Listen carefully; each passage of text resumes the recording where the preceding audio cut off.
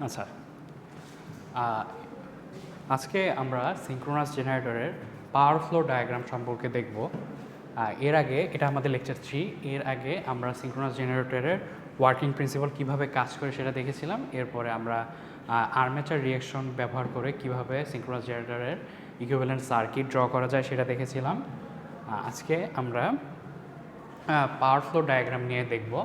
আচ্ছা, পাওয়ার ফ্লো ডায়াগ্রামটা কী জিনিস সেটা আমাদেরকে ফার্স্টে বোঝানোর জন্য আমরা দেখা যাচ্ছে যে এটা একটা পাওয়ার ফ্লো ডায়াগ্রাম।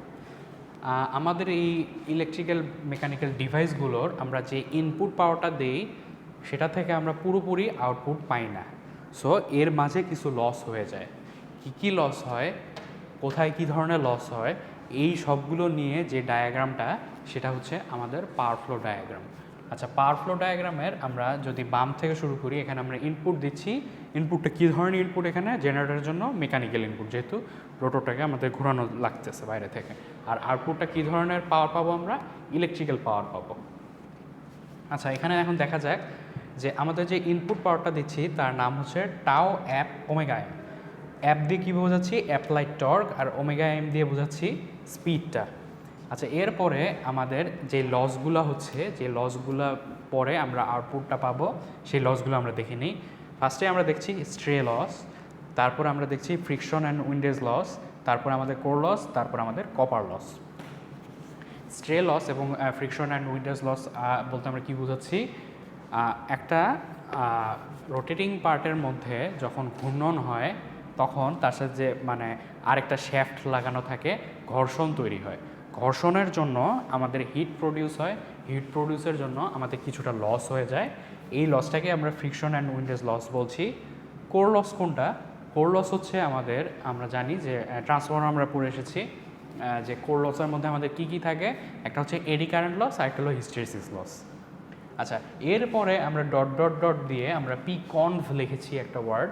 পি কনভ মানে হচ্ছে কনভার্টেড পাওয়ার। পি কনভে কী হচ্ছে? আমরা এই যে এখান থেকে মেকানিক্যাল ইনপুটটা দিচ্ছি, মেকানিক্যাল ইনপুটের মধ্যেই কয়েকটা লস হচ্ছে।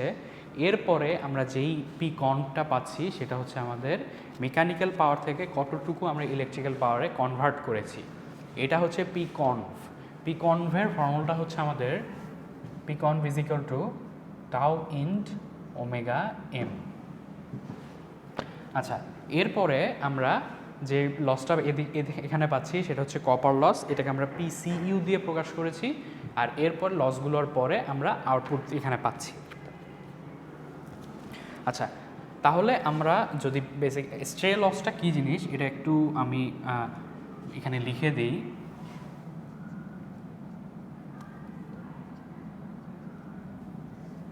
স্ট্রে লসটা আমরা ফ্রিকশন অ্যান্ড উইন্ডেজ লসেসের মধ্যেই আমরা এটাকে কল্পনা করে নিতে পারি। আচ্ছা, তারপরও আমি একটু এখানে দেখে দিচ্ছি, the combination of friction losses due to moving of bearing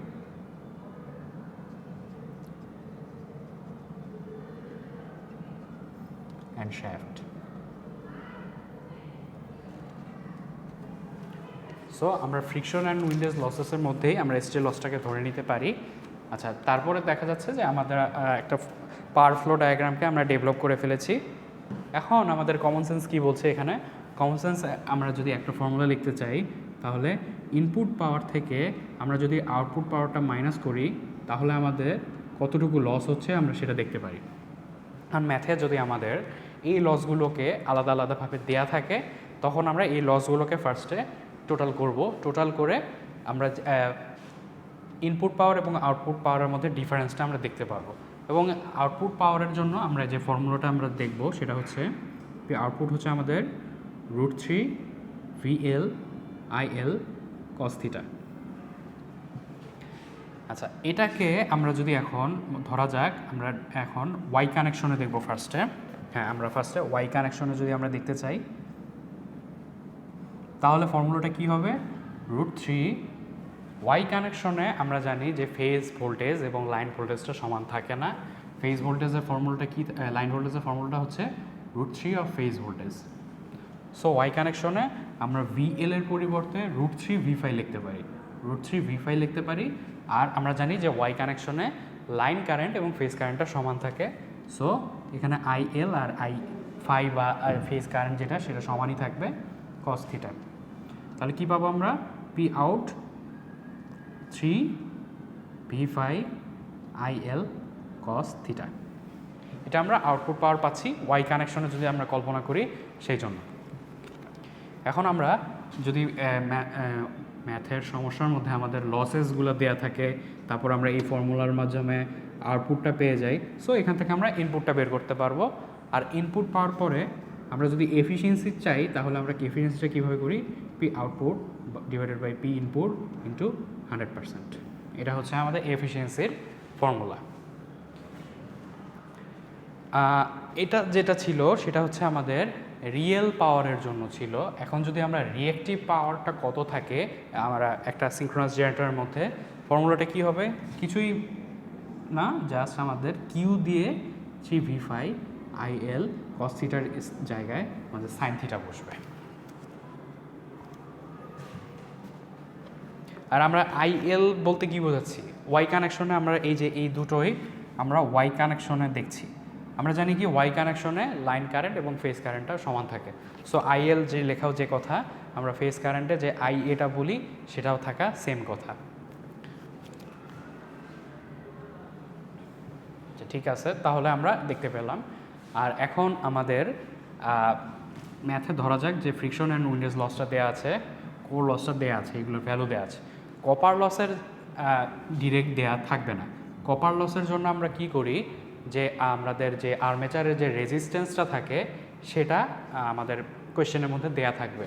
copper লসটা আমরা কীভাবে বের করি? এই যে কপার লসের বের করার ফর্মুলা হচ্ছে আমাদের I²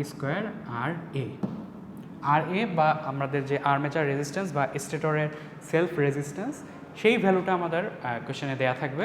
আমরা সেই ভ্যালু থেকে এই I² RA বসায় আমরা কপার লসটা বের করতে পারবো। কিন্তু এখন কথা হচ্ছে যে আমাদের এই ওয়াই কানেকশন বা ডেল কানেকশন যাই থাক না কেন, সেটা আমাদের 3 ফেজ কানেকশন, আপনারা বুঝতেই পারছেন। 3 ফেজের জন্য, সিঙ্গেল ফেজের জন্য আমাদের কপার লসটা হয় এতটুকু, আর 3 ফেজের জন্য আমাদের 3 দিয়ে মাল্টিপ্লাইড হবে।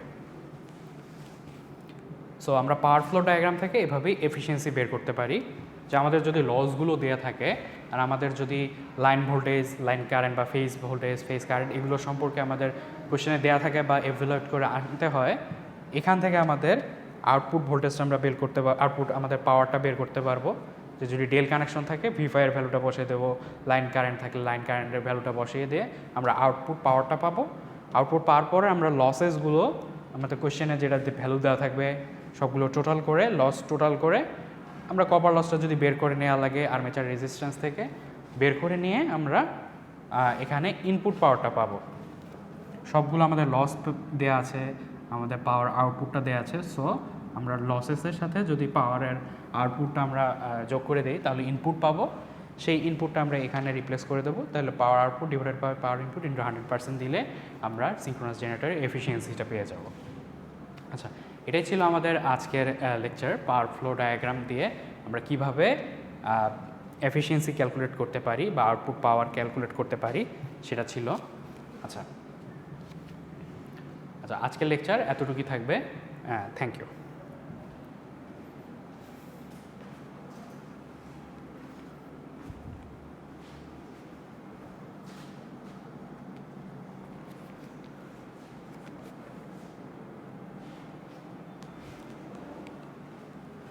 আচ্ছা, আজকে আমরা আরেকটা টপিক দেখব এর সাথে, এটা হচ্ছে সিনক্রোনাস জেনারেটরের ফেজর ডায়াগ্রাম। ফেজর ডায়াগ্রাম বলতে আমরা বুঝতে পারি যে আমাদের ফেজ ভোল্টেজটা থাকবে, যে আমার ইন্টারনাল জেনারেটেড ভোল্টেজটা থাকে, এর মাঝের অ্যাঙ্গেল কীরকম হতে পারে, এই জিনিসগুলো আমরা ফেজর ডায়াগ্রামে দেখব। এবং 3টা আমরা সেক্টর এখানে ভাগ করেছি, একটা হলো ইউনিটি পাওয়ার ফ্যাক্টর, একটা হচ্ছে ল্যাগিং পাওয়ার ফ্যাক্টর, একটা হচ্ছে লিডিং পাওয়ার ফ্যাক্টর। 3টার জন্যই আমরা ফেজর ডায়াগ্রামটা সিনক্রোনাস জেনারেটর কীরকম হবে আমরা সেটা দেখব। ফার্স্টে আমাদের ইউনিটি পাওয়ার ফ্যাক্টর, এটা নর্মালি আমরা রেজিস্ট্যান্স ব্যবহার করে থাকি। আর ল্যাগিংয়ের জন্য আমরা জানি যে ইন্ডাক্টর ব্যবহার করে থাকি, আর লিডিংয়ের জন্য ক্যাপাসিট্যান্স ব্যবহার করে থাকি। সো আমাদের চিত্রটা কীরকম হবে আমরা একটু দেখি। আমরা ফেজ ভোল্টেজটাকে আমরা রেফারেন্স হিসেবে ধরব। রেফারেন্স হিসেবে ধরার পরে আমাদের ফেজ ভোল্টেজটা রেফারেন্স হিসেবে ধরার পরে যে আর্মেচার কারেন্টটা থাকবে সেটাকে আমরা IA দিয়ে লিখব। IA লেখার পরে আচ্ছা এগুলো কোথা থেকে আসছে? এগুলো আসছে আমাদের যে সার্কিটটা আমরা দেখেছিলাম লাস্ট ক্লাসে, EA JXS RA, এটা IA প্লাস মাইনাস V5। এই যে আমাদের V5টা যেটা টার্মিনাল যে ভোল্টেজটা যেটা ফেজ ভোল্টেজ সেটাকে আমরা রেফারেন্স হিসেবে ধরেছি। রেফারেন্স হিসেবে ধরার পরে আমরা এই যে এটা ইউনিটি পাওয়ার ফ্যাক্টরের জন্য এটা ফেজ অ্যাঙ্গেলের সাথে একেবারে প্যারালালি থাকবে বা একই দিকে থাকবে। সো IA দেওয়ার পরে আমরা কি দেবো?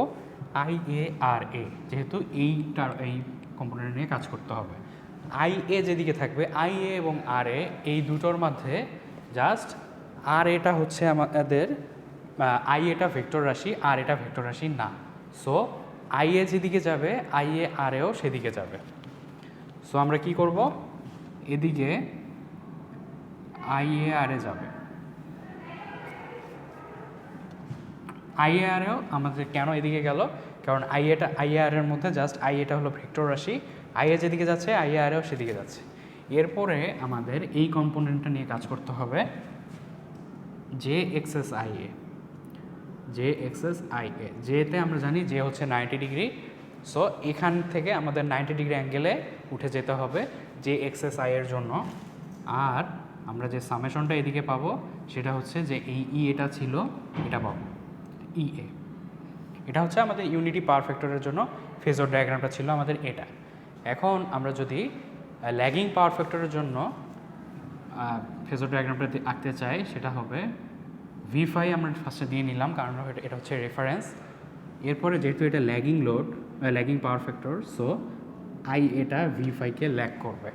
আমি একটু আগে বলেছি IAR এর মধ্যে এটা জাস্ট ভেক্টর, সো IAR এটা এদিকে যাবে।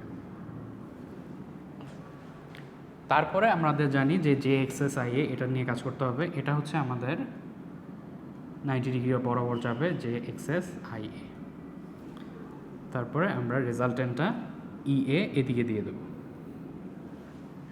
সো আমরা এটা দেখতে পাচ্ছি যে ল্যাগিং লোডের জন্য আমাদের ফেজর ডায়াগ্রামটা কীরকম হবে। তারপরে আমাদের যেটা বাকি থাকে সেটা হচ্ছে লিডিং লোড। লিডিং লোডের জন্য আমরা V5 বা রেফারেন্সটাকে এখানে ধরেছি। তারপরে এটা লিড করছে, যেহেতু কারেন্টটা লিডিং পাওয়ার ফ্যাক্টরে এটা আমাদের V5কে লিড করবে। লিড করার পরে আমাদের IAR এটা এই বরাবরই যাবে। এরপরে আমাদের JXS এটা এর সাথে 90 ডিগ্রি থাকবে, আর এতটুকু হচ্ছে আমাদের EA। সো আমরা unity power factor, lagging power factor আর হচ্ছে লিডিং পাওয়ার ফ্যাক্টরের জন্য আমরা ফেজর ডায়াগ্রামটা দেখলাম। আজকের আমরা এই যে EA এবং V5 এর মাঝের অ্যাঙ্গেলটা আমরা যখন আর্মেচার রিঅ্যাকশন পড়েছিলাম এই অ্যাঙ্গেলটাকে আমরা ডেল্টা দিয়ে বলেছিলাম, ডিস্টরশন অ্যাঙ্গেল বা ডেল্টা। সবগুলোর জন্য এটা ডিস্টরশন অ্যাঙ্গেল বা ডেল্টা হিসেবে কাজ করবে। সো আজকের এই লেকচার এতটুকুই থাকবে। আজকে আমরা পাওয়ার ফ্লো ডায়াগ্রাম সম্পর্কে দেখেছি এবং লিডিং, ল্যাগিং আর ইউনিটি পাওয়ার ফ্যাক্টরের জন্য ফেজর ডায়াগ্রামটা কীরকম হবে সেটা আমরা দেখেছি। তাহলে আমি আশা করি আজকের টপিক সবার কাছে ক্লিয়ার হয়ে গেছে। Thank you.